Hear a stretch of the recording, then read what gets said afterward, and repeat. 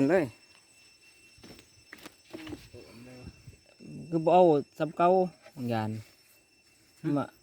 คือบ่เอาตับของเก่ามันอันนั้นมันก็เหมาะมันก็พอดีอยู่มันเข้าไปไหนมันก็ไหมมันก็เถียงตก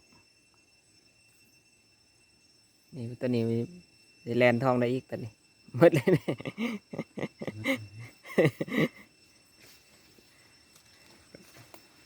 กลับเลย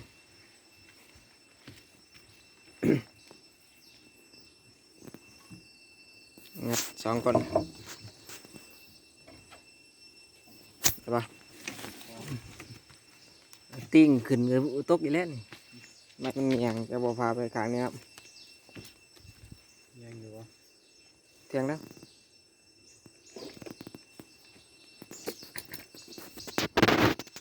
นอนนั่น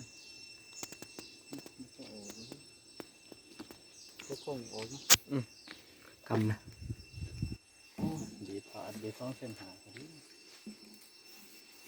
มันถ้ามันบอด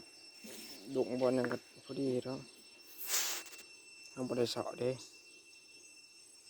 คำเลย